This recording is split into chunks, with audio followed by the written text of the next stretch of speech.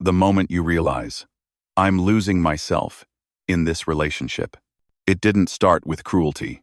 It didn't start with shouting, insults, or slam doors. That's why it took you so long to notice. It started with a pause before answering a simple question, a pause before sharing a thought, a pause before reacting to something that once would have felt natural. And somewhere inside that pause, something quietly disappeared. You don't remember the exact day it happened. Most people never do. There's no dramatic marker in the calendar, no single moment where you can say, "This is when I lost myself."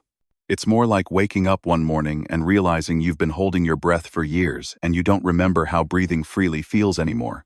You replay conversations in your head long after they end. You rewrite texts before sending them. You second-guess your tone, your facial expression, your timing. You wonder if you're too sensitive, too intense, too demanding, not enough. And the strangest part? You're not even sure why. There was no obvious crime scene, no clear villain. Just an ongoing sense that something is wrong and that somehow, it's always you. You start apologizing for things you didn't do. You start explaining things that don't need explanation.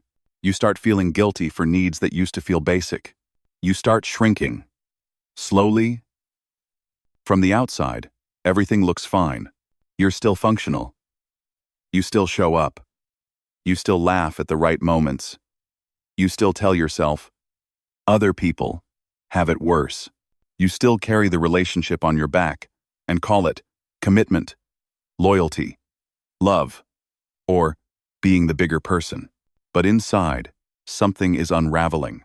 You feel tired in a way sleep doesn't fix. You feel confused in a way logic doesn't solve.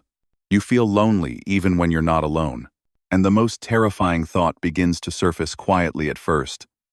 Like a whisper you try to ignore. I don't recognize myself anymore.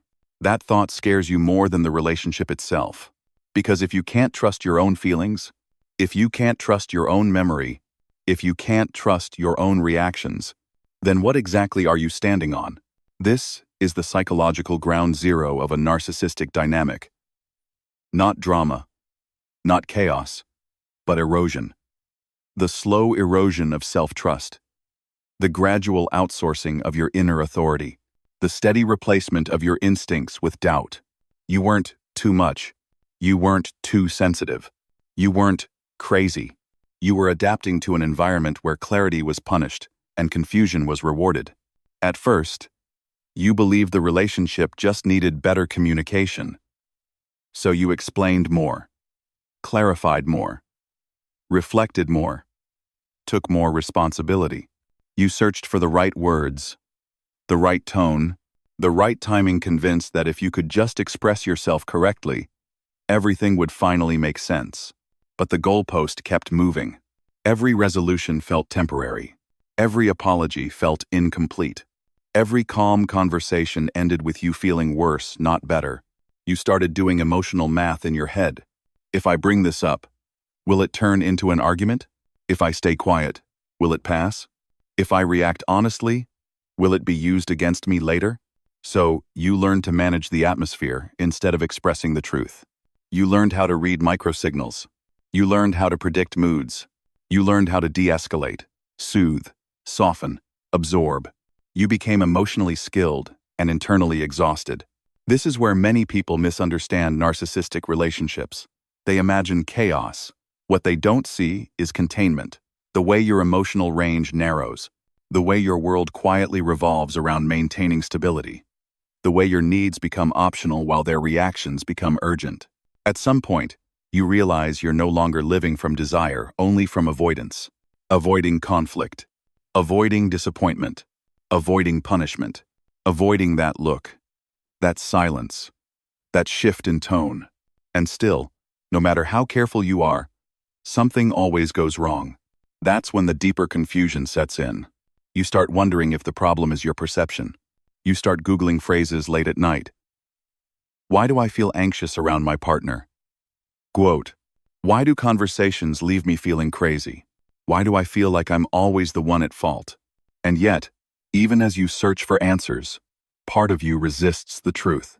Because acknowledging what's really happening means grieving something you hoped was real. It means letting go of the fantasy that if you just loved harder, explained better, waited longer, they would finally see you. It means confronting a devastating realization. This relationship may never be safe for your nervous system. This person may never meet you in mutual reality, and you may be sacrificing yourself to preserve something that was never built to hold you. The moment you realize you're losing yourself isn't dramatic, it's sobering. It's the moment you notice how often you silence your own thoughts before they even reach your mouth. It's the moment you realize you're more afraid of their reaction than of your own unhappiness. It's the moment you understand that the relationship is still intact, but you are fading. And that moment changes everything. Because once you see it, you can't unsee it. From here forward, the question is no longer, how do I fix this relationship? The real question becomes, how do I take myself back without blowing everything up, without losing my mind, and without becoming someone I don't want to be? That's what this series is about. Not revenge, not confrontation, not winning arguments, but reclaiming control quietly, strategically, and internally where it actually matters. If this resonates with you, if you've ever felt that tightening in your chest, that constant self-doubt, that haunting sense that you're disappearing in plain sight, then you're not alone. And if you want more content like this content that helps you understand what's happening beneath the surface, protects your sense of self, and gives you real tools to navigate narcissistic dynamics, make sure to subscribe to the channel and support it. That's how we keep these conversations going and continue creating videos that actually help. Before we move on, here's a quick question for you.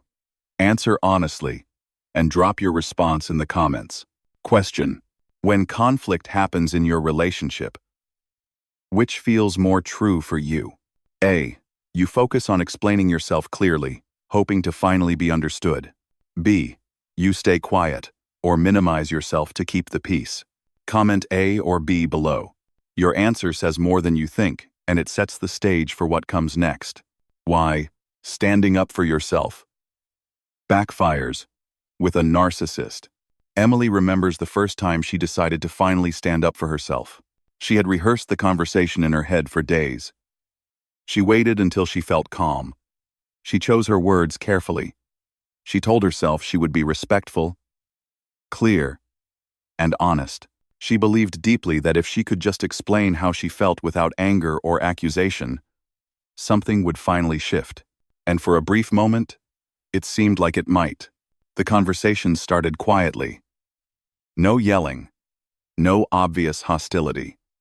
She expressed her feelings, her confusion, her hurt. She even took responsibility for her part. She spoke the language people are taught is healthy communication. But as the minutes passed, something subtle changed. Her voice grew tighter. Her chest felt heavier. Her thoughts became scrambled. By the end of the conversation, she was apologizing again, this time for bringing it up at all. Later that night, alone in bed, Emily felt something far worse than anger. She felt defeated, not because she had spoken up, but because speaking up had made things worse. This is the moment many people don't talk about. The moment when you realize that doing the right thing doesn't lead to resolution. It leads to punishment. And that realization creates a deep internal conflict. If standing up for myself hurts me more, what am I supposed to do instead? End quote. In healthy relationships, standing up for yourself builds respect. It clarifies boundaries. It deepens understanding. But in narcissistic dynamics, the rules are inverted. Self-advocacy is not seen as honesty, it is seen as threat. To understand why standing up for yourself backfires, you have to understand one uncomfortable truth. Narcissistic interactions are not built on mutual understanding. They are built on control.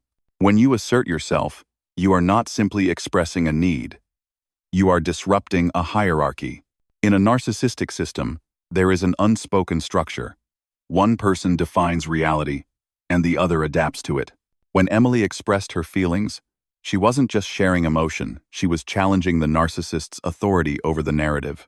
And that cannot go unanswered. This is why so many people describe these conversations as disorienting. You enter them grounded and clear. You leave them doubting your memory, your tone, your intentions. Somehow, the original issue disappears, replaced by a new accusation. Your attitude, your delivery, your sensitivity, your timing. The focus shifts away from what you said to how you said it. Standing up for yourself triggers something specific in narcissistic personalities. Exposure. Not exposure of wrongdoing, but exposure of vulnerability. Your clarity threatens their carefully maintained sense of superiority and control. And because they cannot tolerate that discomfort, they must neutralize it. They do this in predictable ways. They stay calm while you become emotional. They speak slowly while your thoughts race. They frame themselves as rational while subtly portraying you as unstable. This dynamic creates a devastating optical illusion. To anyone watching, or even to you, in hindsight it looks like you are the problem. And this is where self-doubt takes root. Emily began replaying the conversation over and over, wondering if she had said too much, if she had been too emotional, if she had picked the wrong moment, if maybe she was overreacting. This is not accidental. Narcissistic dynamics reward self-silencing and punish self-assertion. Over time, your nervous system learns this lesson faster than your mind does. You start anticipating backlash before it happens. You start editing yourself in advance. You start choosing peace over truth not because you're weak, but because you're tired. The problem is that peace in this context is not peace at all. It is emotional containment. It is the quiet tension of constantly monitoring yourself. Standing up for yourself backfires because it assumes something that isn't there. Shared reality. Healthy conflict requires two people who are willing to hold space for discomfort. Narcissistic conflict exists to eliminate discomfort by pushing it onto you. When you explain your feelings, the narcissist hears leverage. When you share your vulnerability, they hear information. When you ask for empathy, they hear demand. And demands threaten their sense of control. This is why many people are shocked by how cruel the response can be after they finally speak up. They expected relief. Instead, they got withdrawal, ridicule, rage, or cold dismissal. And perhaps the most confusing response of all, indifference. Nothing cuts deeper than being brave enough to speak your truth and being met with boredom. That indifference teaches a brutal lesson. Your inner world doesn't matter here. So you try again.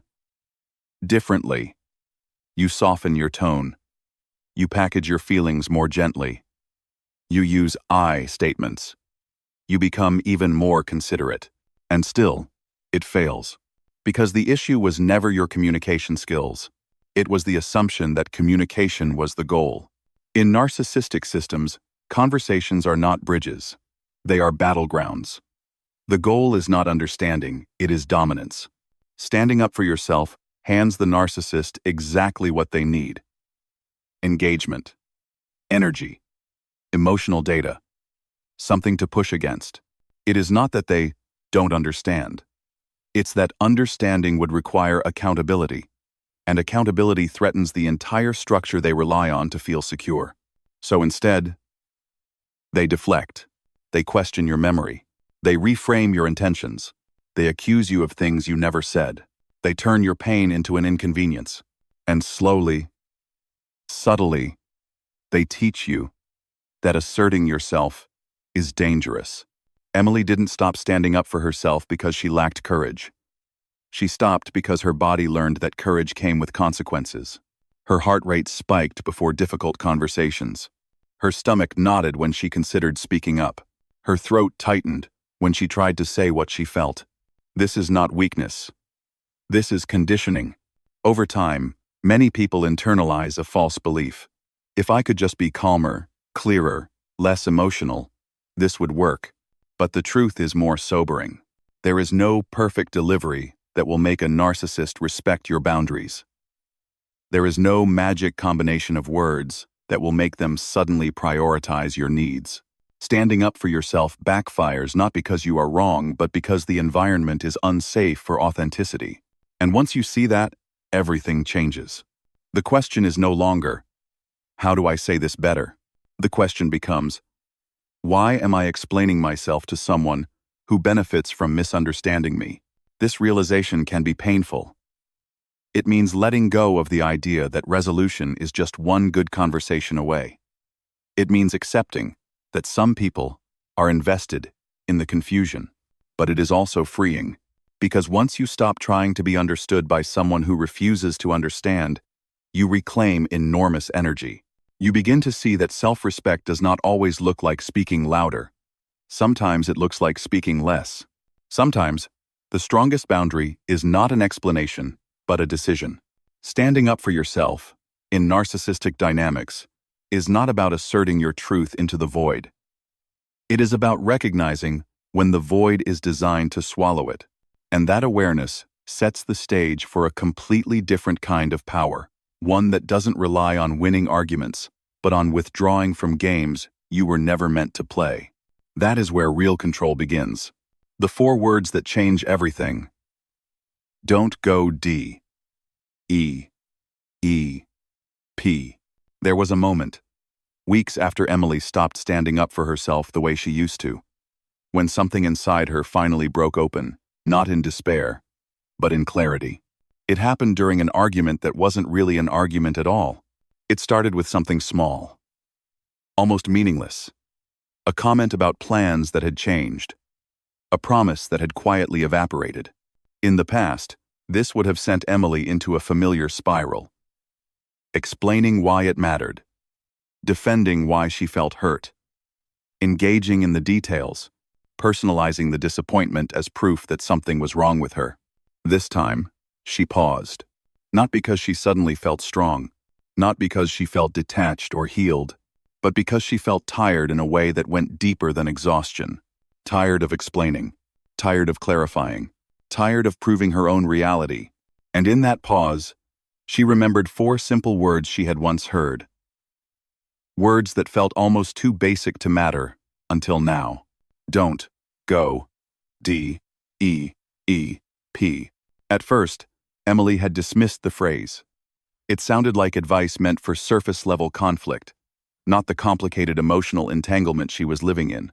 But standing there, heart pounding, she realized something uncomfortable and liberating at the same time. Every time she lost herself, it was because she had gone D.E.E.P. Defend, engage, explain, personalize. These weren't just communication habits. They were emotional reflexes, survival strategies she had developed over time, each one rooted in the hope that this time would be different. Understanding D.E.E.P. was not about learning how to speak better. It was about learning when not to speak at all. The first letter, defend, was the most instinctive. Emily had always believed that if she was falsely accused, the right thing to do was to correct the record. If someone misunderstood her intentions, she felt morally obligated to clarify. Defending herself felt like integrity. Silence felt like surrender. But in narcissistic dynamics, defending yourself doesn't restore truth. It fuels distortion. The moment you defend, you accept an invisible premise, that you are on trial. And once you are on trial, the narcissist becomes the judge, the jury, and the author of the narrative. Facts no longer matter. Context dissolves. The only thing that matters is keeping you busy proving something that never needed to be proven in the first place. Emily began to see it clearly. Every defense she offered was met not with understanding, but with escalation. New accusations appeared. Old grievances resurfaced. The conversation expanded endlessly, as if the goal was not resolution but exhaustion. Defending herself didn't protect her. It drained her. The second letter, engage, was more subtle and more dangerous. Engaging felt like participation, like showing up, like not being cold or distant. Emily had prided herself on being emotionally present, on not shutting down, on staying in the conversation, even when it hurt. But engagement, in this context, was a trap. Engaging meant following the narcissist into circular arguments with no destination. It meant responding to provocations that were never meant to be resolved. It meant reacting to emotional bait disguised as conversation. Every time Emily engaged, the emotional temperature rose. Her body reacted before her mind could catch up. Her heart raced. Her thoughts scattered. She tried harder, said more, gave more, and the narcissist stayed eerily calm. This imbalance created a devastating illusion that Emily was the unstable one. Engagement was not connection. It was exposure. The third letter, explain, was the one Emily clung to the longest. Explaining felt reasonable, compassionate, mature. If you could just see where I'm coming from. If you understood my perspective, let me explain why this hurt. She believed that clarity would lead to empathy. But narcissistic personalities do not lack information. They lack interest. Explaining assumes a shared goal. Mutual understanding. In reality, explanations give the narcissist something else entirely: access to your inner world, your fears, your values, your emotional thresholds. Every explanation becomes data, and data can be used. Emily slowly realized that the more she explained, the more precisely her vulnerabilities were later targeted. What she shared in good faith came back weaponized in moments of conflict. Her honesty was not met with care. It was cataloged. The final letter, personalize, was the most painful. Personalizing meant believing that the behavior was about her. That if she were better, calmer, smarter, more patient, the dynamic would improve. It meant internalizing every dismissal as a reflection of her worth. Personalizing kept Emily trapped in self-analysis, while the narcissist remained unexamined. It created a constant loop. What did I do wrong? How could I have handled that better? Why am I so affected? But the truth was simpler and harder to accept. This was not about her. The narcissist would have treated anyone in her position the same way. The patterns were not personal, they were structural, designed to maintain power, not connection. Not going D.E.E.P was not about becoming cold or indifferent. It was about refusing to participate in dynamics that required self-erasure. Emily began experimenting with this new awareness in small, almost imperceptible ways. When accused unfairly, she did not defend. When provoked, she did not engage. When misunderstood, she did not explain. When dismissed, she did not personalize. Instead, she responded with neutrality, brevity, stillness. Sometimes, she said very little. Sometimes she said nothing at all. Sometimes, she simply acknowledged and moved on. At first, it felt wrong, unnatural, almost rude. Her body resisted. Her instincts screamed that she was letting something slide, that she was abandoning herself. But something unexpected happened. The arguments lost momentum. Without her defenses, there was nothing to push against. Without her explanations, there was nothing to twist.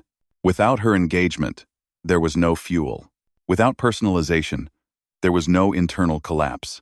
The narcissist grew frustrated, confused, bored, and Emily felt something she hadn't felt in a long time. Grounded, not empowered in a dramatic way, not victorious, just steady. Not going D.E.E.P did not change the narcissist. It changed the physics of the interaction. For the first time, Emily understood that control was never about winning arguments.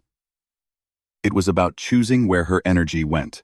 This approach required restraint, not strength in the traditional sense.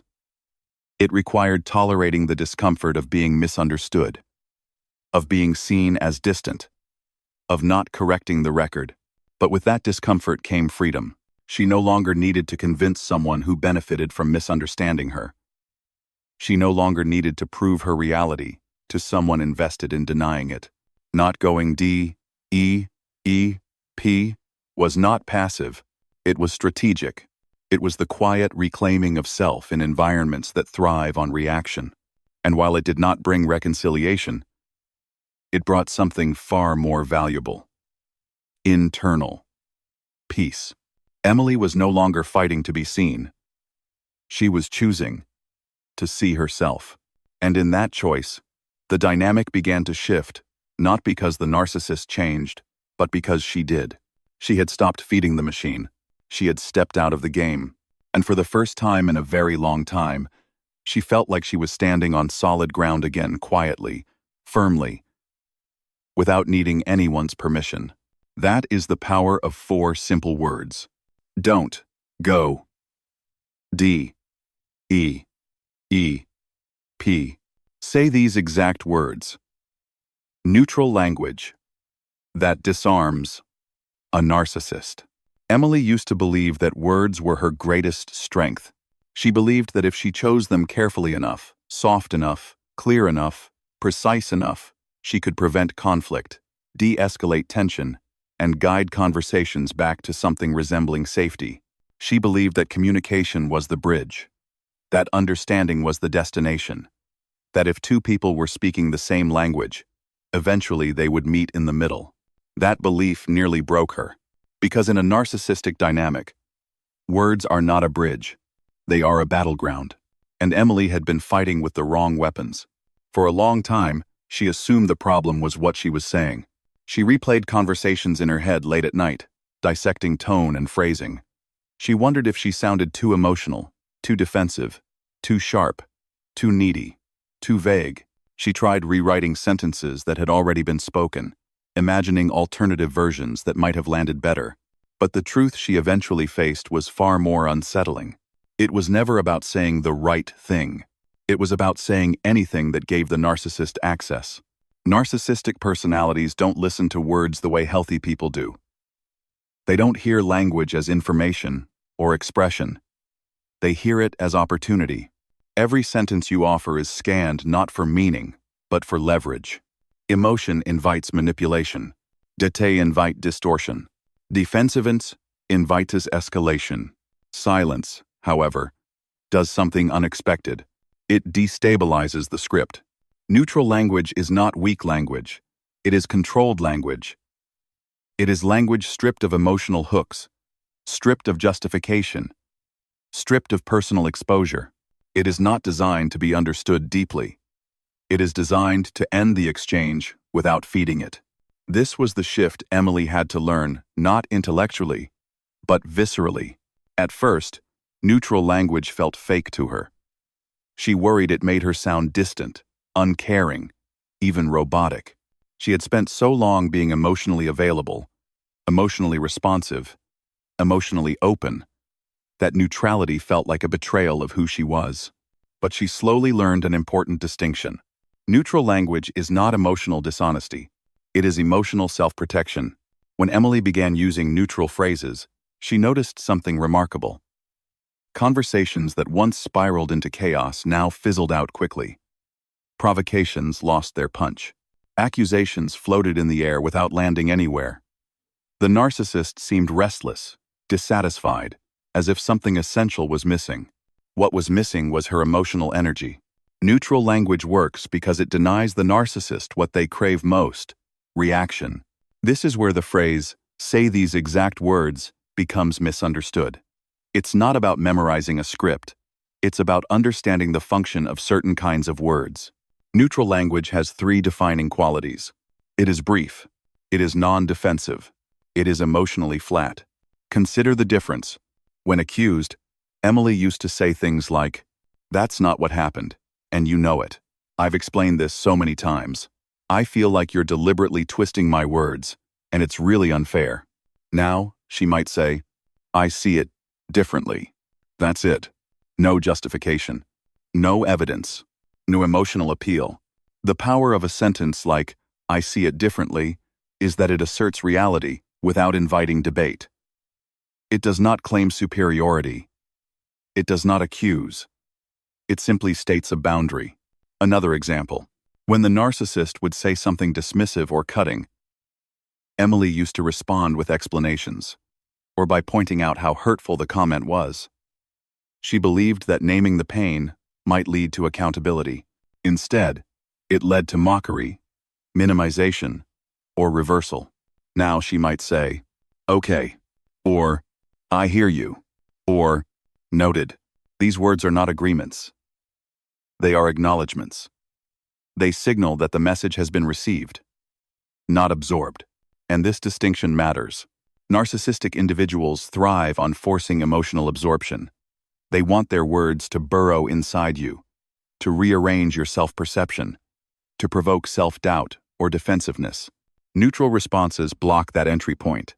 One of the hardest phrases for Emily to learn was, "I'm not going to discuss this." Not because it was aggressive, but because it was final.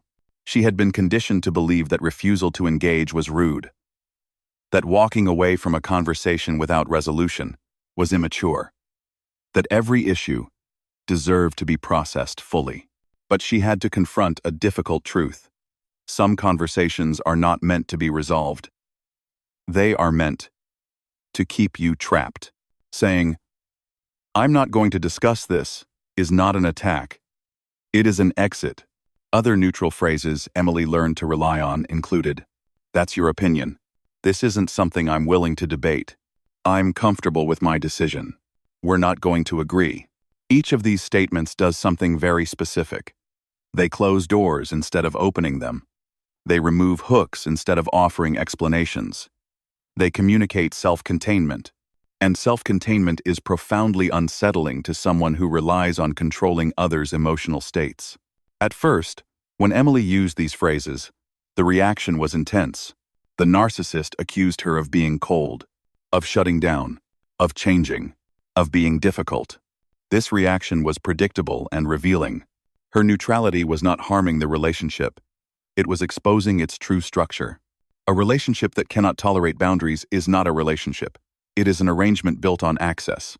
Neutral language threatens that access. Emily noticed that when she stopped providing emotional detail, the narcissist tried harder to provoke it. The comments became sharper, the accusations more dramatic, the tone more condescending. This is known as escalation when supply is threatened. But something inside Emily had shifted. She no longer interpreted this escalation as evidence that she was doing something wrong. She saw it for what it was: a system reacting to loss of control. Neutral language does not stop manipulation immediately. It reveals it. And that revelation is deeply empowering. One of the most misunderstood aspects of neutral language is that it does not require emotional numbness. Emily still felt everything. She still felt hurt, anger, confusion, sadness. The difference was that she no longer processed those emotions in the presence of someone who exploited them. She processed them privately, with safe people, in spaces where vulnerability was met with care instead of control. This distinction is crucial. Neutral language is not about suppressing emotion. It is about choosing where emotion belongs. Another powerful phrase Emily learned was, "You're entitled to your perspective." This sentence is deceptively calm. It acknowledges without validating. It recognizes difference without conceding ground. It does not invite further explanation. It also subtly returns responsibility to the narcissist. Their perspective is theirs to manage, not hers to fix. There were moments when Emily said almost nothing at all. Silence, used intentionally, is one of the most effective neutral responses. Not the kind of silence that seethes or withdraws in protest, but silence that simply refuses to participate. She learned to let accusations hang in the air without chasing them, to let distortions pass without correction, to let discomfort exist without rushing to soothe it. This was not easy. Silence required tolerating misunderstanding. It required letting go of the need to be seen as reasonable. It required trusting herself more than the narrative being imposed on her. But silence did something extraordinary.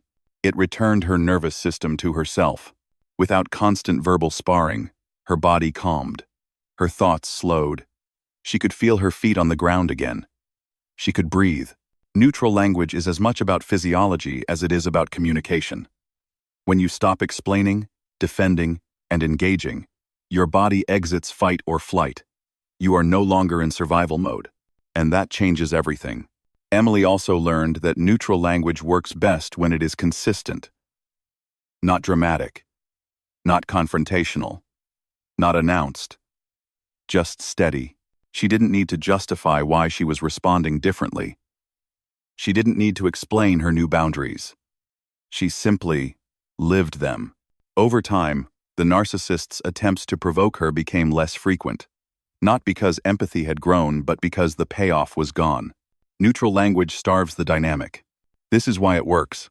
It is not about saying the perfect sentence at the perfect time. It is about refusing to perform emotional labor for someone who weaponizes it. Emily no longer spoke to be understood. She spoke to remain intact.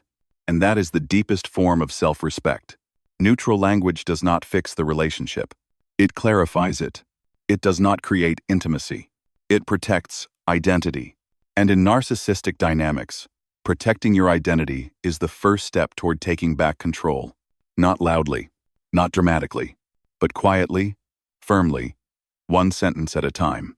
When they gaslight you, how to hold reality without explaining it. Gaslighting does not begin as an attack on your memory. It begins as an attack on your certainty. Emily did not wake up one morning suddenly doubting herself. There was no single moment where she said, "I don't know what's real anymore." Instead, it happened gradually, almost invisibly, through a series of small interactions that seemed harmless on their own, but devastating in accumulation. It started with subtle contradictions. "That's not what I said. You're remembering it wrong. You're too sensitive. That didn't happen the way you think it did." At first, Emily brushed these off. Everyone misremembers things sometimes. Everyone has different perspectives. She told herself she was being fair, open-minded, emotionally mature. But gaslighting is not about perspective. It is about erosion. Over time, Emily noticed that every time she tried to anchor herself in reality, the ground shifted beneath her. Conversations left her feeling dizzy, disoriented, strangely ashamed. She would walk away replaying events in her head, trying to reconstruct timelines, searching for proof of her own experience. She began checking texts repeatedly, rereading emails, second-guessing tone, intention, meaning, not because she wanted to win an argument, but because she needed reassurance that she wasn't losing her mind. This is the quiet cruelty of gaslighting. It hijacks your self-trust and replaces it with dependence. The narcissist does not need to convince you that they are right. They only need to convince you that you might be wrong. Once doubt is planted, everything changes. Emily found herself over-explaining not to be understood, but to feel sane. She would say things like, "I know this sounds small, but," or, "Maybe I'm wrong, but," or, "I could be mistaken, but this is how I remember it." Each disclaimer weakened her position. Each attempt to sound reasonable made her more vulnerable. She believed that if she explained clearly enough, calmly enough, kindly enough, the truth would eventually surface.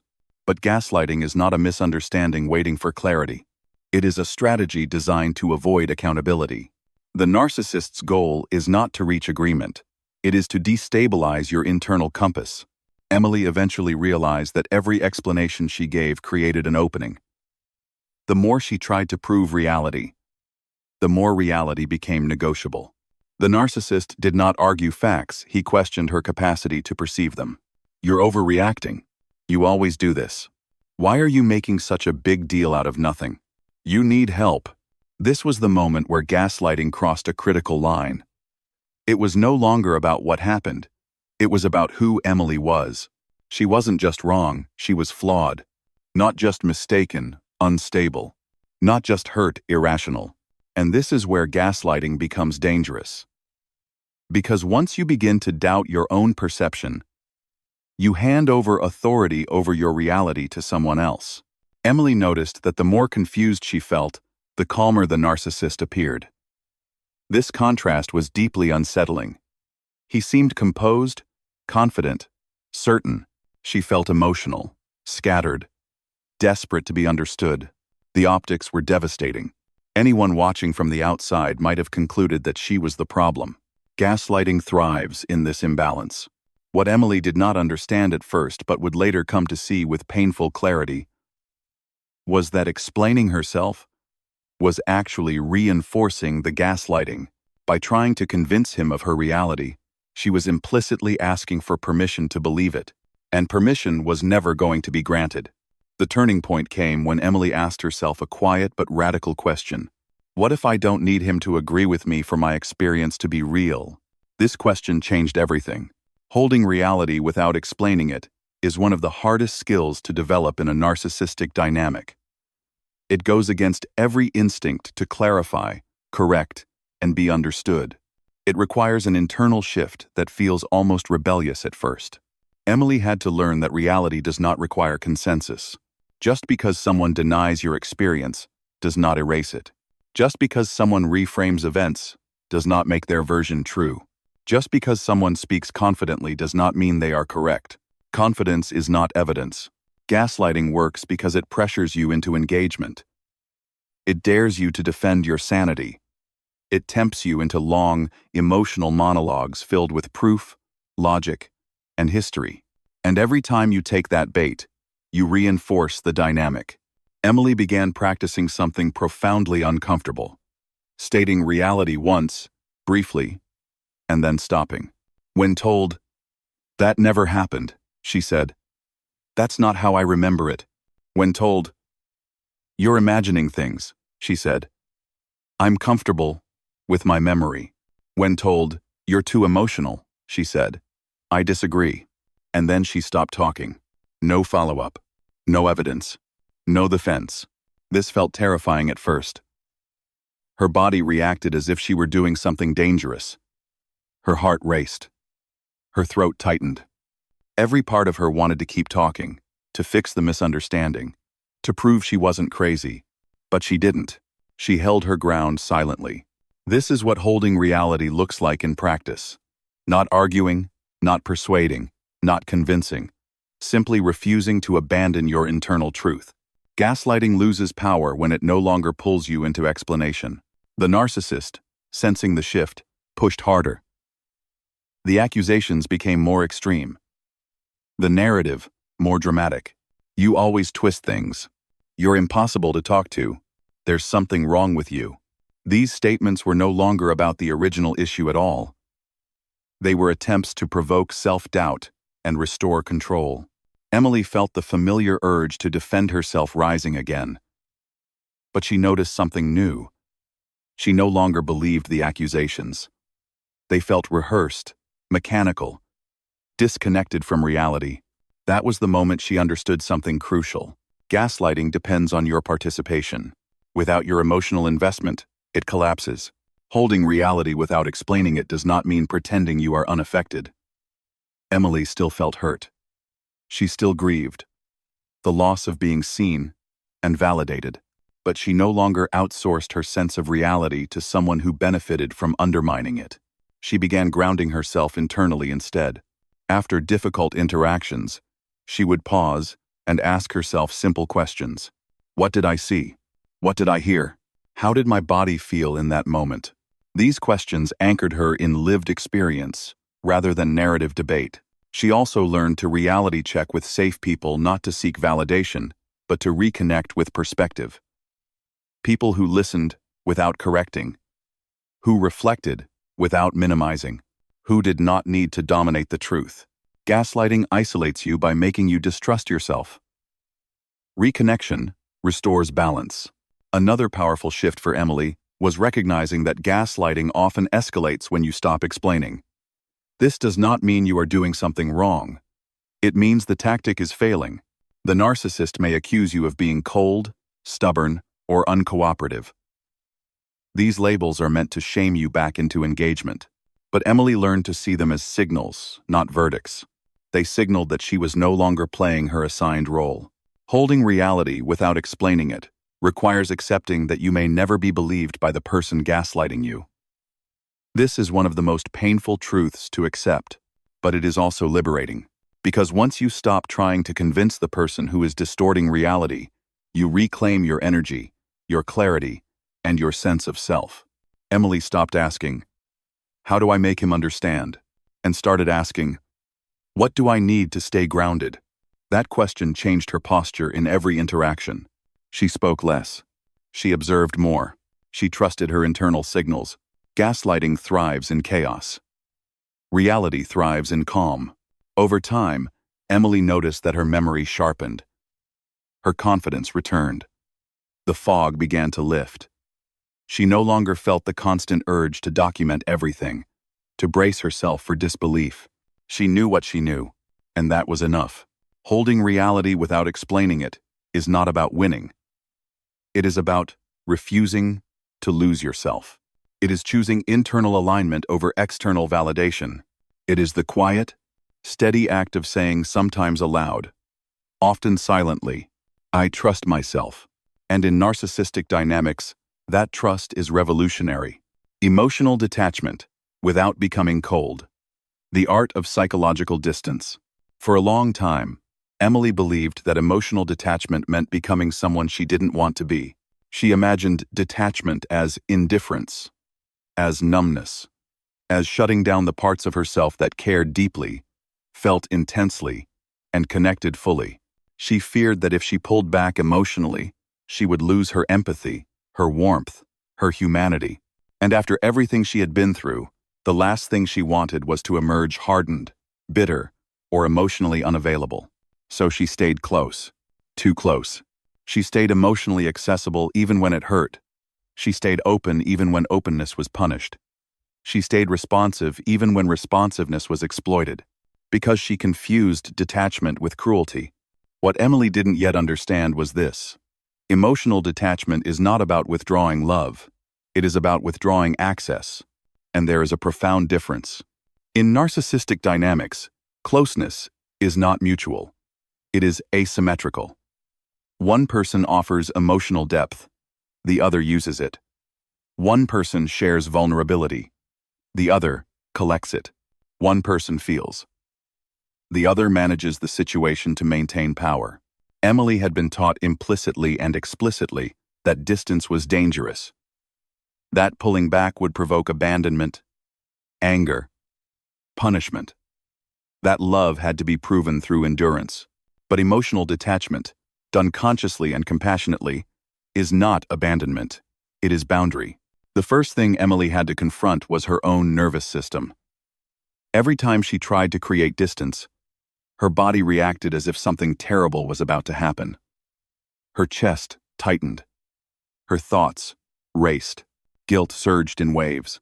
She mistook these reactions for evidence that detachment was wrong. In reality, they were evidence of conditioning. She had been conditioned to believe that her emotional availability was her value.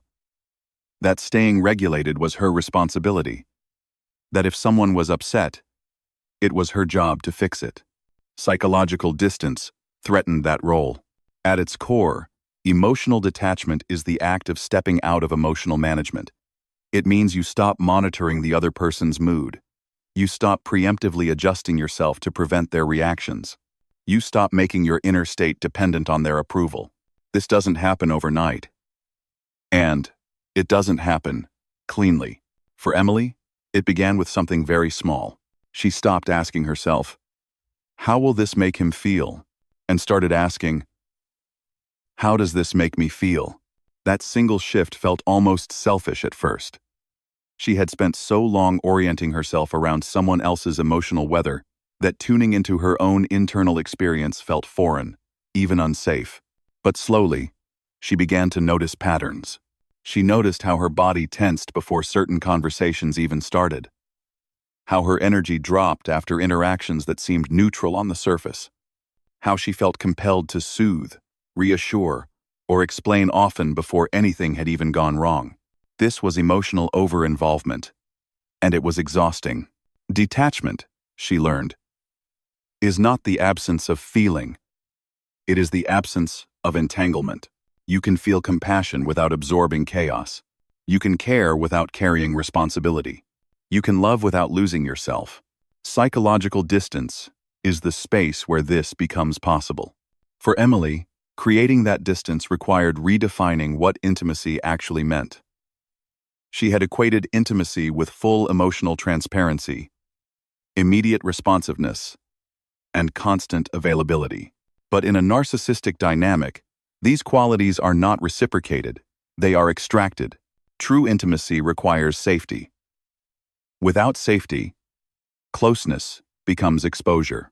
So Emily began practicing selective vulnerability. She stopped sharing her fears with someone who used them against her. She stopped processing emotions with someone who minimized them. She stopped seeking comfort from the source of her distress.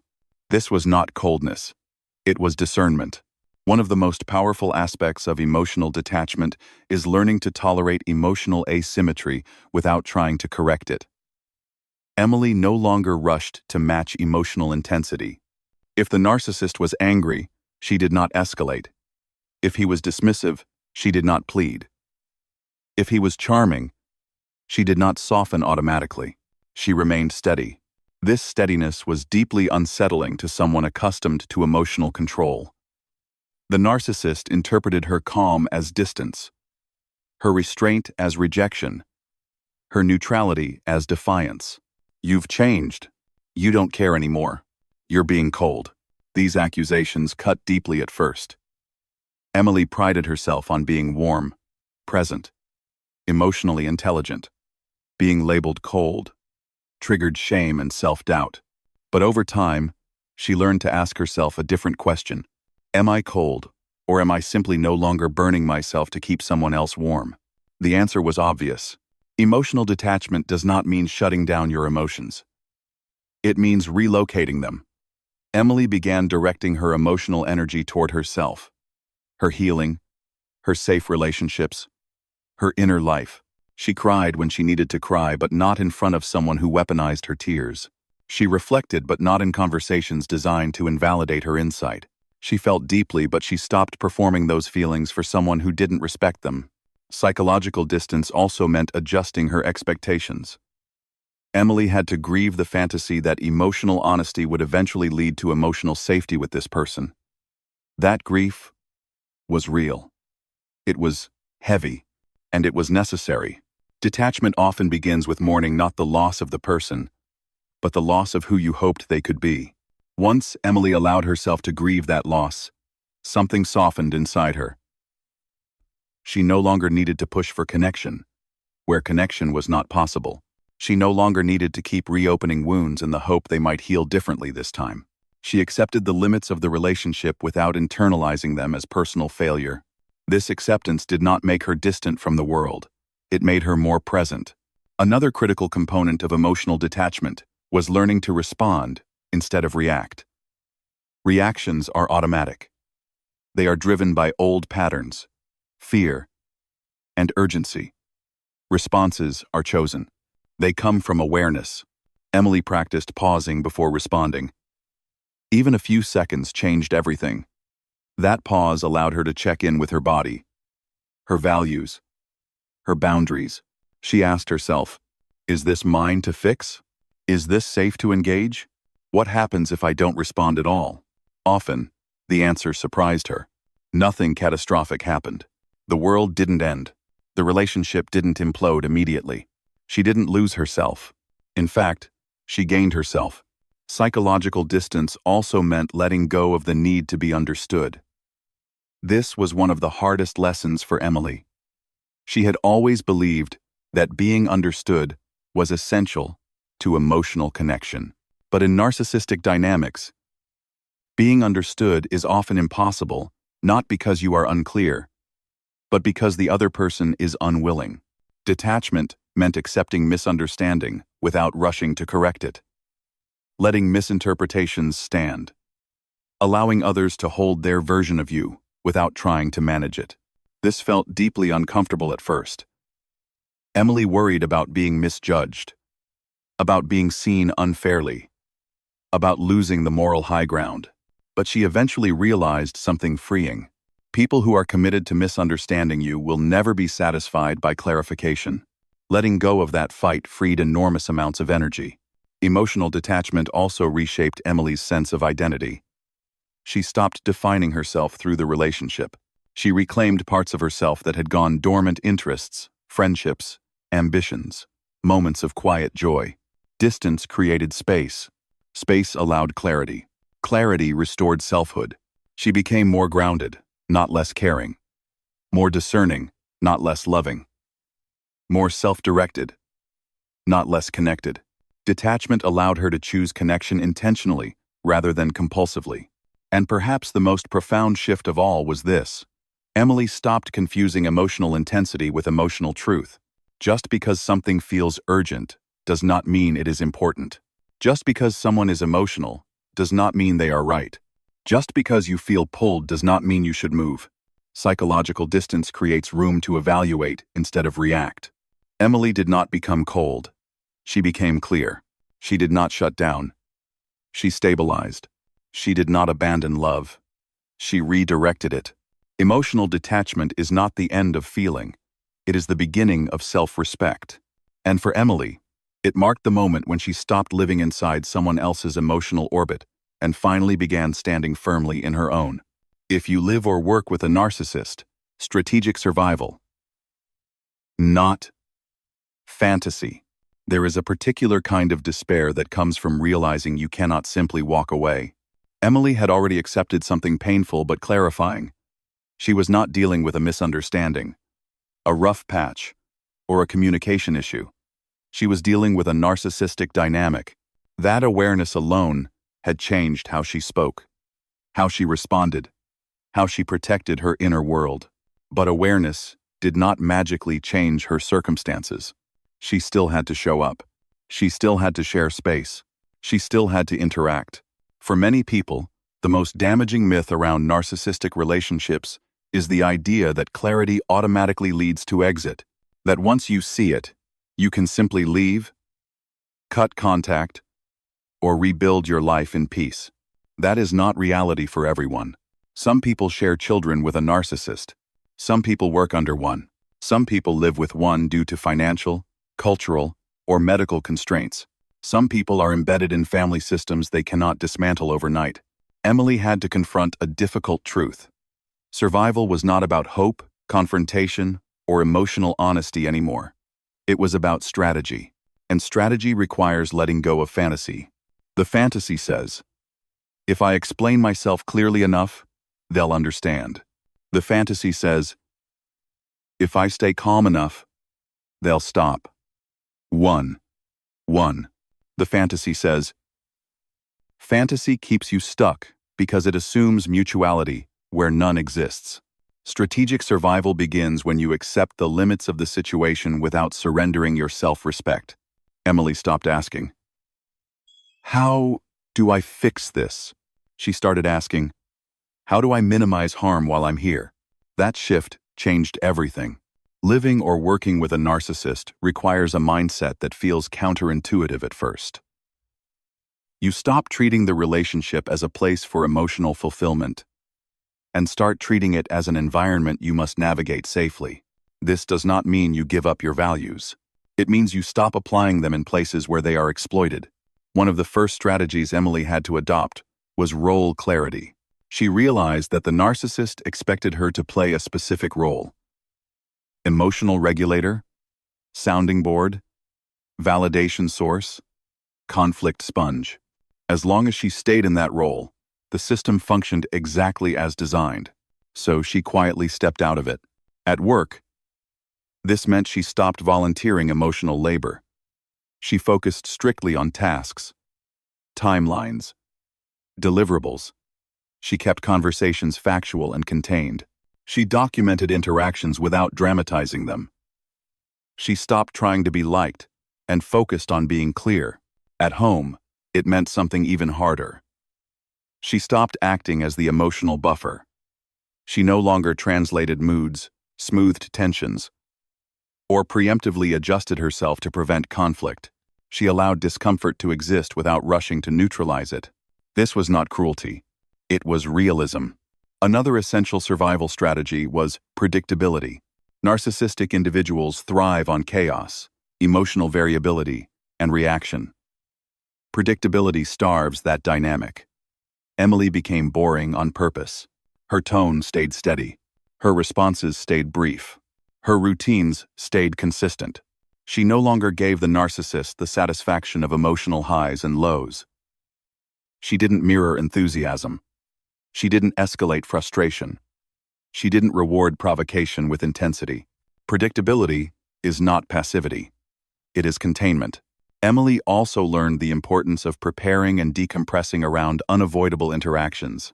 If she knew she was walking into a meeting, a family gathering, or a shared space with the narcissist, she prepared mentally. She reminded herself of her boundaries. She clarified her objective. She grounded herself physically. She no longer entered interactions raw. Equally important, she built in decompression afterward. She stopped pretending she could just move on as if nothing had happened. She acknowledged the toll these interactions took on her nervous system and gave herself space to recalibrate. This was not weakness. It was self-maintenance. One of the most painful lessons Emily learned was that fairness is not the goal in narcissistic systems. Trying to make things fair will exhaust you. Trying to make things equal will frustrate you. Trying to make things mutual will keep you locked in disappointment. Narcissistic dynamics are not built on reciprocity. They are built on advantage. So Emily stopped negotiating fairness and started negotiating exposure. She asked herself, what information does this person actually need? What access am I granting unnecessarily? Where can I reduce interaction without creating escalation? Sometimes survival looks like choosing the lesser harm, not the ideal outcome.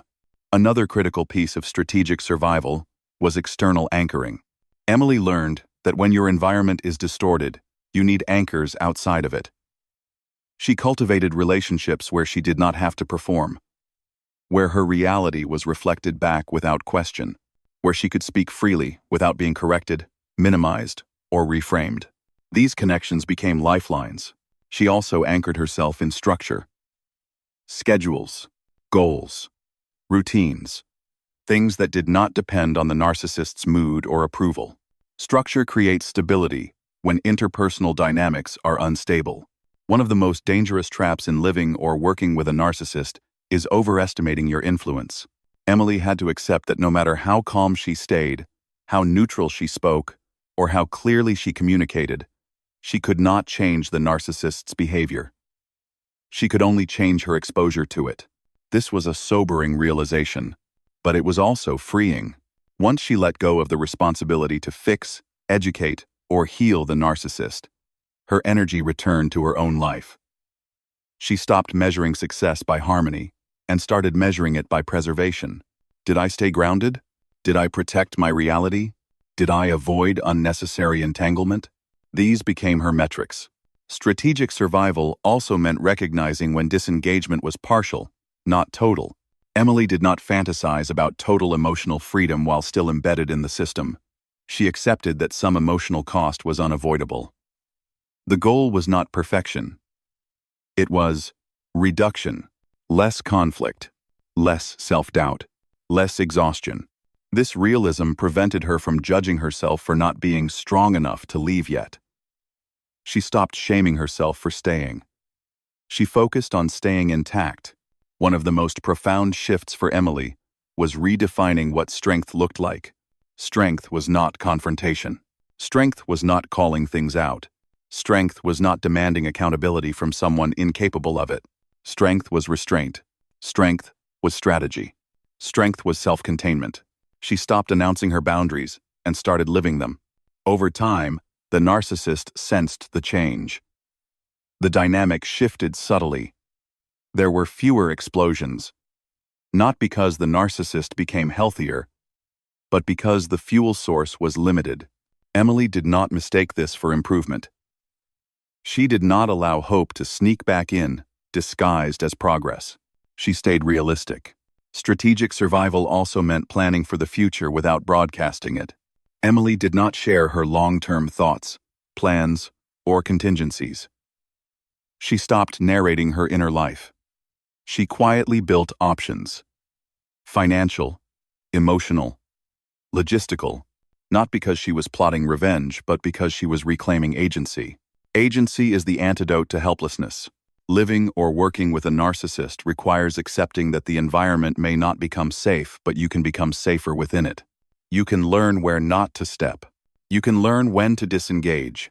You can learn how to protect your energy. This is not a failure of courage. It is a practice of wisdom. Emily stopped waiting for the situation to become what it never was.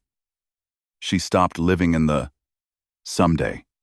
She focused on the now. Not with resignation, but with clarity. Strategic survival is not about giving up on yourself. It is about refusing to sacrifice yourself to fantasy. And in that refusal, Emily discovered something quietly powerful. Even in constrained circumstances, she still had choices. They were not dramatic. They were not cinematic. But they were hers. And that was enough to keep her standing. Your nervous system is not the enemy. Why? Your body reacts first. For a long time, Emily believed her body was betraying her. She hated how her heart would start racing before a conversation even began. How her stomach tightened when she heard his footsteps. How her throat closed when she needed to speak. And how her mind went blank in moments she had rehearsed 100 times. She told herself she was weak, too emotional, too anxious, not resilient enough. She wondered why she couldn't just stay calm. What Emily didn't understand yet was that her body was not malfunctioning. It was remembering. Long before her mind could form a thought, her nervous system had already assessed danger. Not logical danger, not physical threat, but emotional unpredictability, power imbalance, and psychological risk. The body does not wait for proof. It responds to patterns.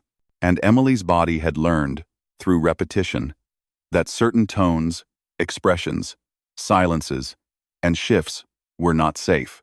This is where many people in narcissistic dynamics turn against themselves.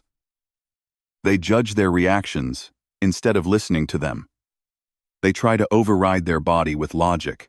They shame themselves for responses that feel automatic and uncontrollable. But the nervous system does not respond to logic. It responds to history. Every time Emily walked into an interaction where reality was questioned, boundaries were punished, or emotions were turned against her, her nervous system took note. It stored the information not as memory, but as sensation. Tight chest, shallow breath, frozen limbs, a sudden urge to appease, flee, or shut down. These were not character flaws. They were survival responses. The human nervous system has one primary job: to keep you alive. And it does not distinguish between physical danger and psychological threat. When that threat is persistent and destabilizing, Emily's body had learned that conflict did not lead to repair. It led to confusion. That vulnerability did not lead to closeness. It led to exposure. That honesty did not lead to safety. It led to punishment. So her nervous system adapted. Sometimes it went into fight mode. Her voice sharpened. Her emotions surged. She tried to assert herself forcefully, desperate to regain control. Sometimes it went into flight. She avoided conversations, delayed responses, distracted herself, escaped into work, screens, or sleep. Sometimes it froze. She dissociated mid-conversation, lost words, felt unreal, numb, and sometimes, most painfully, it fawned. She smiled, apologized, smoothed things over, took responsibility for things that weren't hers. Anything to restore temporary safety. These responses were not conscious choices. They were reflexes shaped by experience. Emily used to ask herself, why do I react like this? The better question was, what did my body learn?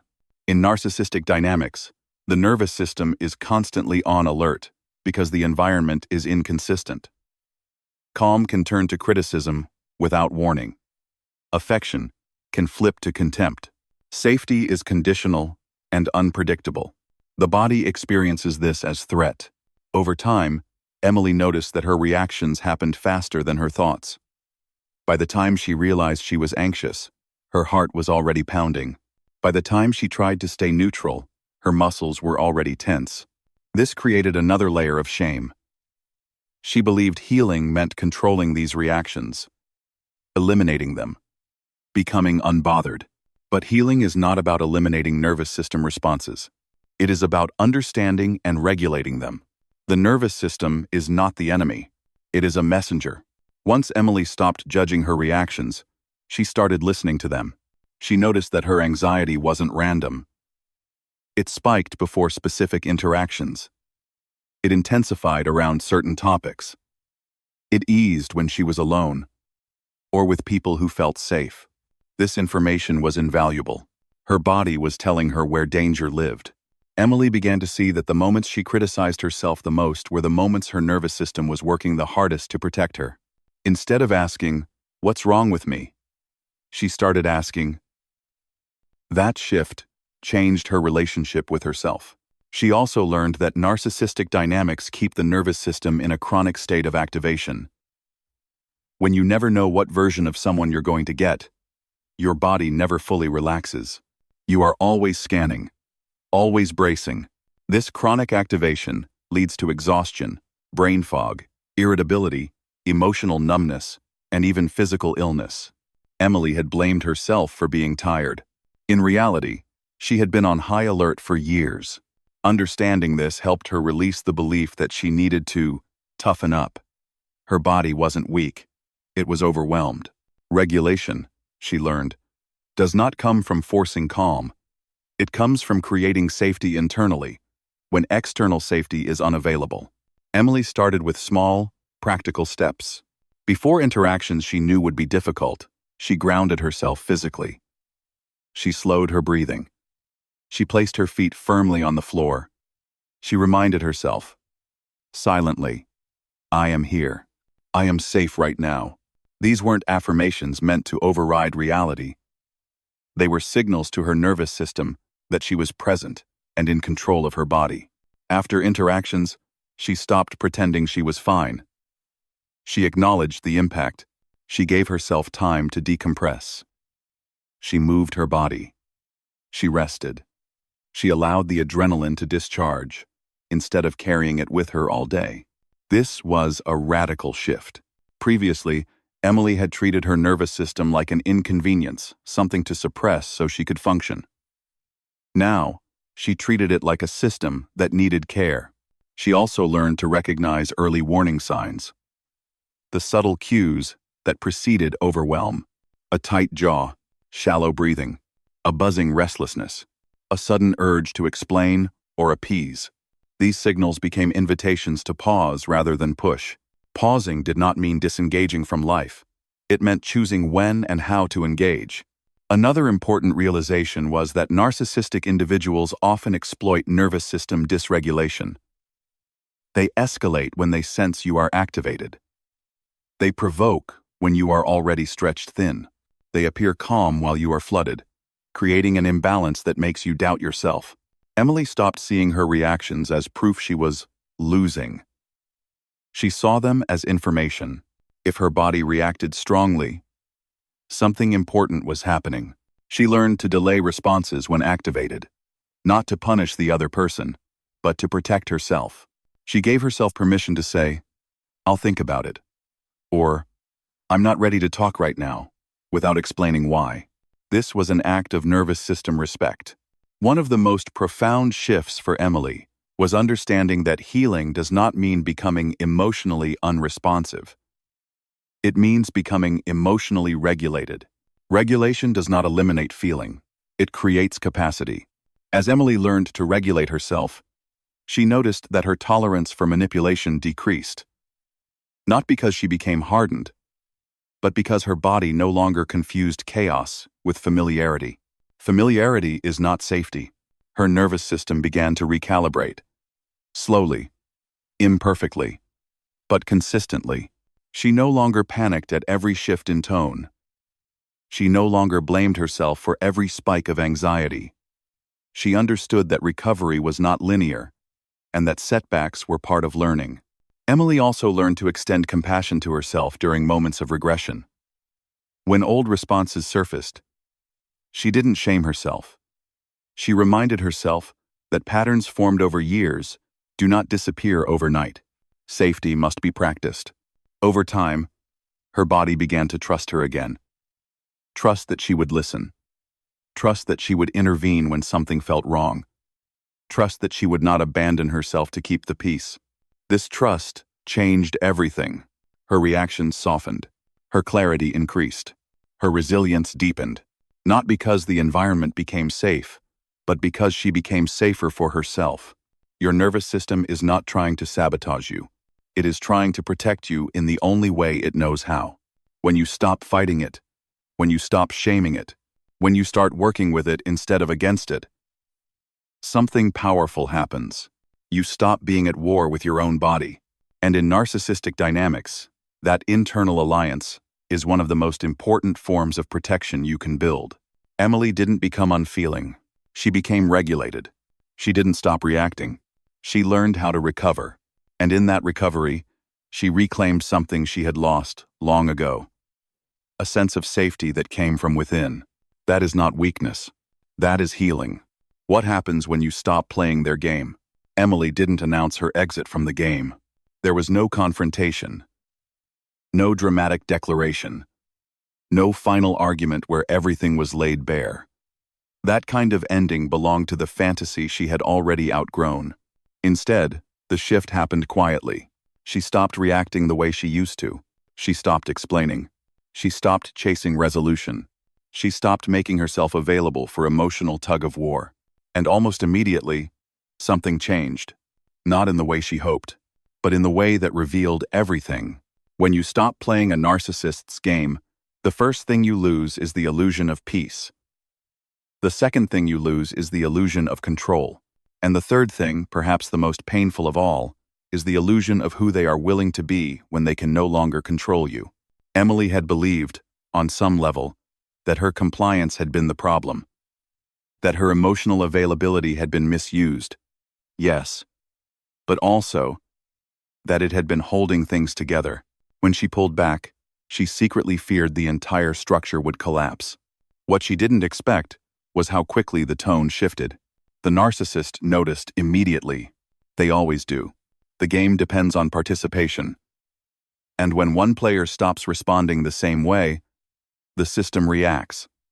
Not thoughtfully, not reflectively, but instinctively. At first, the reaction was subtle. Comments became sharper. Questions became loaded. Silences became longer and heavier.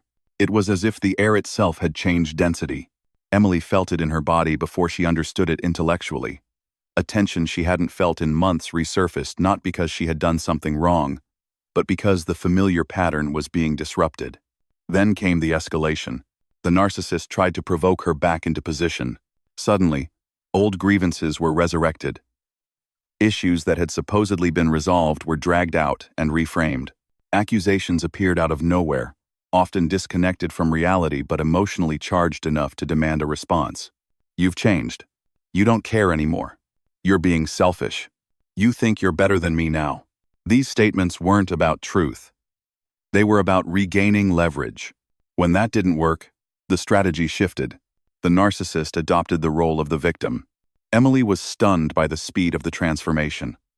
The same person who had dismissed her pain now spoke of feeling neglected. The same person who had minimized her needs now claimed to be hurt by her distance. I don't even recognize you. I feel like I'm walking on eggshells. I'm the one who's suffering now. This reversal was dizzying. For a brief moment, Emily doubted herself. The old reflex flared. Am I being unfair? Am I hurting someone by protecting myself? This is one of the most dangerous moments in the process. Because stopping the game does not immediately bring clarity. It brings turbulence. The narcissist is not reacting to your cruelty. They are reacting to loss of control. When guilt didn't work, the narcissist tried withdrawal. Silence replaced engagement. Warmth vanished. Communication became transactional or non-existent. The emotional connection, already fragile, was pulled away entirely. This withdrawal was not peaceful. It was punitive. Emily felt the familiar ache of abandonment rise in her chest. The part of her that feared being left behind stirred. The part that had learned to measure safety by proximity panicked. This is where many people re-enter the game. They reach out. They soften. They apologize. They restore access. Not because they believe the narcissist is right, but because the silence feels unbearable. Emily stood at that edge, and she didn't step back. What stopped her wasn't strength in the traditional sense. It was clarity. She realized that the withdrawal wasn't about needing space. It was about forcing compliance. And for the first time, she saw the pattern without personalizing it. This wasn't grief. This wasn't self-reflection. This wasn't growth. It was strategy. When withdrawal failed to pull her back, something else happened. The narcissist discarded her emotionally. Not with finality, not cleanly, but with a coldness that felt unmistakable. The affection disappeared. The interest faded. The connection was replaced with indifference, or worse, quiet contempt. This was the moment Emily had feared the most. Not because she wanted the relationship back, but because it confirmed something she had tried not to believe. She had been valued for her participation, not for who she was. The pain of this realization was sharp and undeniable. When you stop playing their game, you are forced to confront the truth of the relationship. And that truth is rarely gentle. Emily grieved. She grieved the future she had imagined. She grieved the version of herself who kept hoping. She grieved the time she spent believing that effort could transform something fundamentally unsafe. This grief was not dramatic. It was quiet, heavy. It came in waves. Some days she felt relief. Other days, she felt emptiness. Some days, she felt strong. Other days, she questioned everything. This emotional whiplash is part of disengagement. It is the nervous system recalibrating after years of chaos, disguised as connection.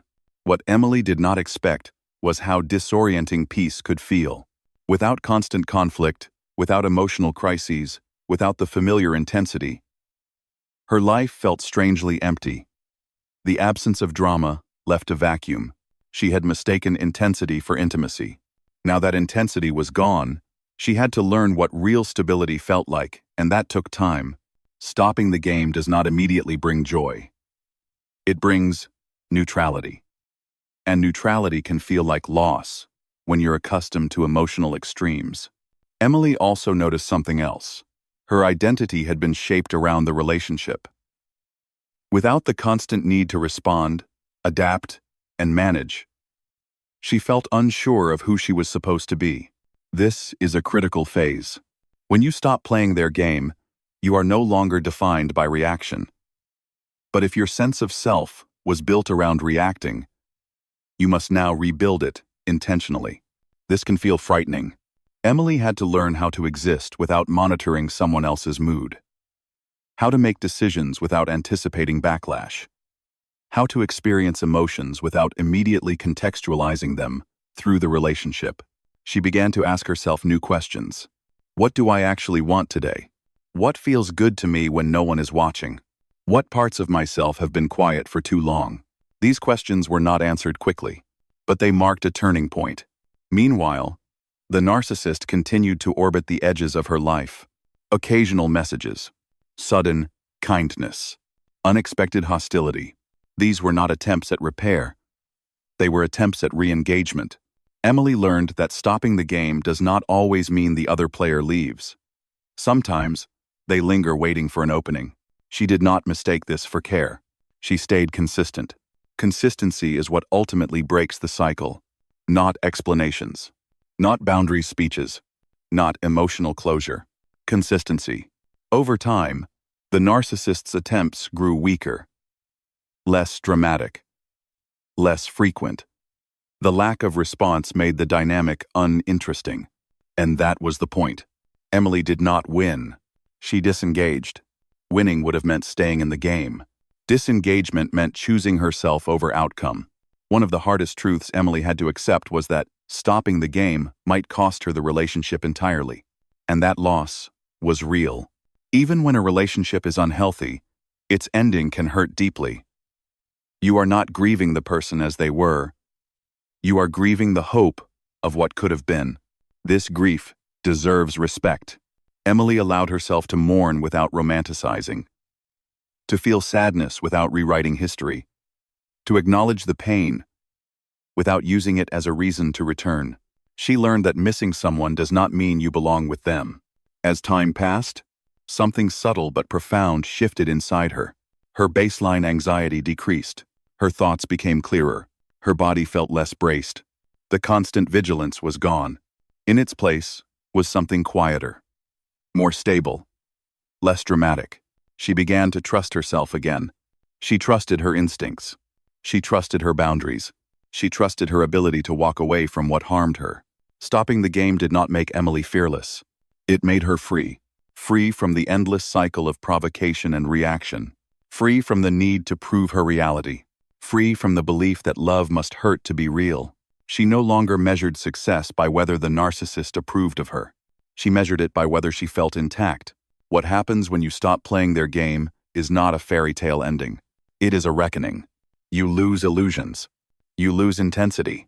You may lose the relationship, but you gain something far more important. You gain yourself. And once you have that, the game has no power over you anymore. Taking back control is an inside job. Becoming narcissist resistant. Emily used to believe that taking back control meant changing the other person. She believed control was something external, something granted, negotiated, or reclaimed through confrontation. She imagined that if she could just say the right words, enforce the right boundaries, or finally be seen for who she was, the balance would shift. The relationship would recalibrate. The pain would stop. That belief kept her trapped far longer than she realized. Because the most difficult truth she had to face was also the most liberating. Control was never outside of her. Not then. Not ever. Taking back control was not about winning arguments, setting ultimatums, or finally being understood. It was about reclaiming authorship over her inner world, her thoughts, her energy, her values, her attention. It was about becoming someone who could no longer be destabilized in the same way. Becoming narcissist resistant did not mean becoming invulnerable. It meant becoming anchored. For a long time, Emily's sense of self had been shaped by reaction. She reacted to moods, to accusations, to withdrawal, to approval. Her emotional life had been organized around someone else's gravity. Even after she disengaged, she noticed how easily her thoughts drifted back what he might think, how he might respond, whether she was being fair. This was the final residue of the dynamic. Control had shifted externally for so long that it took time to fully return inward. Emily learned that narcissistic dynamics don't end the moment you disengage. They echo. They leave imprints, patterns of self-doubt, hypervigilance, over-responsibility that must be consciously unlearned. Becoming narcissist resistant is not a single decision. It is a practice. The first step was rebuilding self-trust. Emily had learned to doubt her perceptions, to question her instincts, to override her internal signals in favor of someone else's narrative. Even after clarity returned, she noticed how often she second-guessed herself. So she began there. She practiced listening to her own reactions without immediately correcting them. If something felt off, she didn't explain it away. If her body tensed, she paid attention. If she felt drained after certain interactions, she took that information seriously. Self-trust is not about being right all the time. It is about believing yourself enough to investigate your experience. Emily stopped asking others what she should feel and started asking herself what she did feel. This shift was subtle, but transformative. Next came redefining control itself. Control was no longer about managing outcomes. It was about managing access. Who had access to her time? Who had access to her emotional energy? Who had access to her vulnerability? Emily realized that she had been generous with access in environments that punished generosity. Becoming narcissist resistant meant becoming selective without becoming closed. She learned to distinguish between openness and exposure. Openness exists where there is safety. Exposure exists where there is risk. She stopped confusing the two. Another critical step was releasing the need for validation from unsafe sources. Emily had spent years trying to prove her worth, her reasonableness, her goodness. Even after disengagement, part of her still longed for acknowledgement for the narcissist to finally say, "You were right. I hurt you. I see you." Letting go of that hope was one of the hardest parts of healing. Not because she needed his validation, but because she needed to grieve the fantasy that it would ever come. Becoming narcissist-resistant required accepting that some people are constitutionally incapable of providing the validation you deserve. Continuing to seek it only reopens the wound. Emily learned to validate herself. She honored her effort. She acknowledged her pain. She respected the courage it took to disengage. Self-validation did not make her arrogant. It made her stable. Another profound shift came when Emily stopped centering her healing around the narcissist entirely. For a long time, even her growth had been defined in opposition, learning how to respond, how to detach, how to survive. Necessary steps, yes, but not the destination. At some point, she realized she didn't want her life to be a reaction to trauma. She wanted it to be a creation. So she began asking a different set of questions. What brings me calm? What feels meaningful to me? What kind of relationships do I want to build moving forward? These questions were not answered quickly. They required patience, experimentation, and compassion. Emily discovered parts of herself that had gone dormant, interests she had abandoned, preferences she had minimized, dreams she had postponed. She began reclaiming them, not as a statement, but as a practice. Small joys returned. Moments of quiet satisfaction. Laughter that didn't feel guarded. Connections that didn't require performance. This was not euphoria. It was alignment. Becoming narcissist-resistant also meant changing how Emily interpreted discomfort. In the past, discomfort meant danger. It meant she was doing something wrong. It meant she needed to fix, soothe, or explain. Now, discomfort became information. Sometimes, discomfort meant growth. Sometimes it meant grief. Sometimes it meant she was choosing herself instead of familiarity. Not all discomfort is a warning. Some discomfort is the sound of old patterns breaking. Emily learned to tolerate being misunderstood without rushing to correct it. To tolerate disapproval without collapsing. To tolerate silence without chasing it. This tolerance did not come from numbness. It came from grounding. She knew who she was, even if someone else refused to. One of the most important aspects of becoming narcissist-resistant was learning to recognize early warning signs in future relationships. Emily no longer ignored red flags in the name of empathy. She paid attention to patterns of entitlement, lack of accountability, emotional inconsistency, and boundary testing. She didn't diagnose. She observed, and she trusted herself enough to step back when something felt wrong. This was not paranoia. It was discernment. She understood now that chemistry is not character, and intensity is not intimacy. She no longer equated emotional highs with connection. She valued steadiness, mutuality, and respect. Her standards were not rigid. They were rooted. Becoming narcissist-resistant also meant forgiving herself. Forgiving herself for staying. Forgiving herself for hoping. Forgiving herself for not knowing what she didn't know. Shame is one of the most persistent remnants of narcissistic abuse.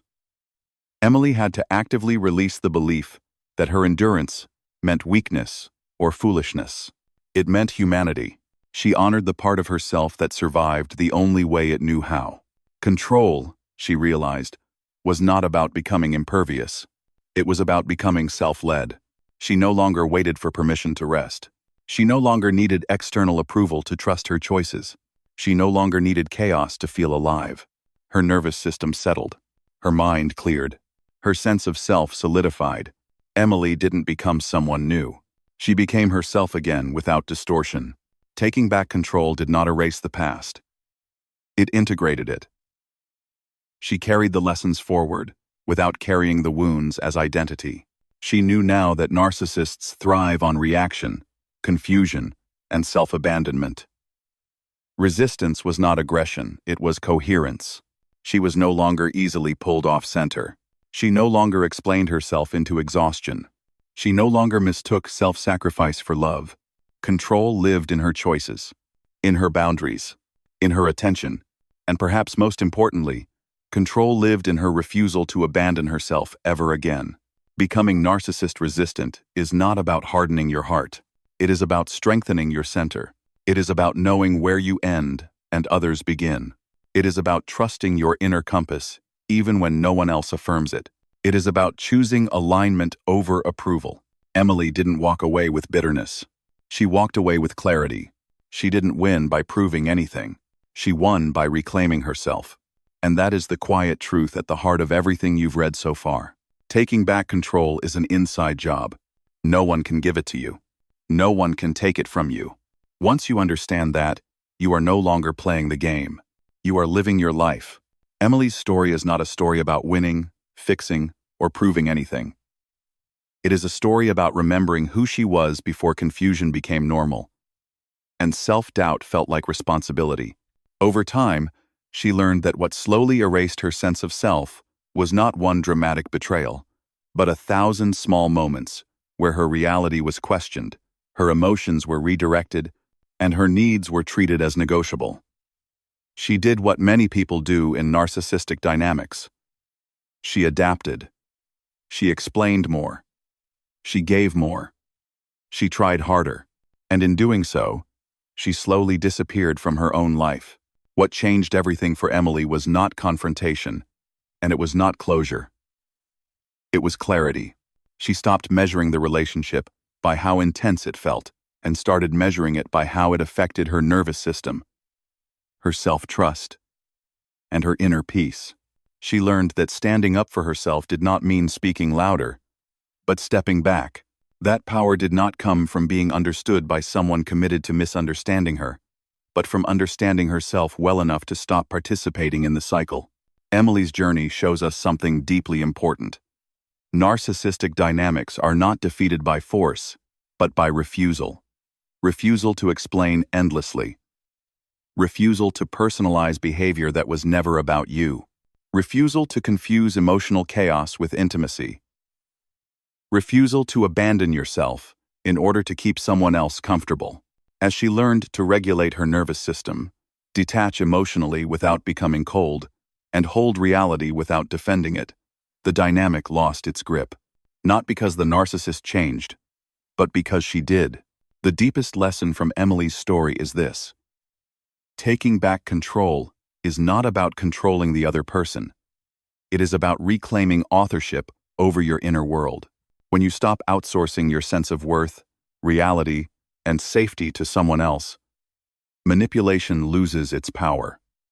You may still feel grief. You may still feel loss. But you gain something far more valuable than approval. You gain alignment with yourself. For you, the listener, applying this lesson does not require dramatic action. It begins with awareness. Notice how your body feels around certain people. Notice where you feel pressured to explain, appease, or shrink. Ask yourself whether the relationships in your life feel stabilizing or destabilizing. Start practicing small acts of self-loyalty. Pausing before reacting. Choosing neutrality over overexposure. Validating your own experience instead of arguing for it. These are not signs of withdrawal. They are signs of maturity. Healing does not mean becoming hard. It means becoming rooted. When you know who you are, you no longer need to fight to be seen. You simply stand where you are. Disclaimer: this video is for educational and informational purposes only. It is not a substitute for professional diagnosis, psychological evaluation, or therapy from a licensed mental health professional. Before we end, here's a quick question for you. Please comment your answer below. Question: when conflict arises in your life, which response feels closer to where you are right now? A. You feel the urge to explain yourself and seek understanding. You are learning to pause, detach, and protect your inner peace. Comment A or B below. And now we'd love to hear from you. What part of Emily's story resonated with you the most? What insights or experiences would you like to share so others can learn from them too? Leave your thoughts in the comments so this community can grow through shared understanding. If this content helped you see things more clearly, please subscribe to the channel. Your support allows us to keep creating thoughtful, grounded content that helps people navigate complex emotional dynamics and reclaim their sense of self.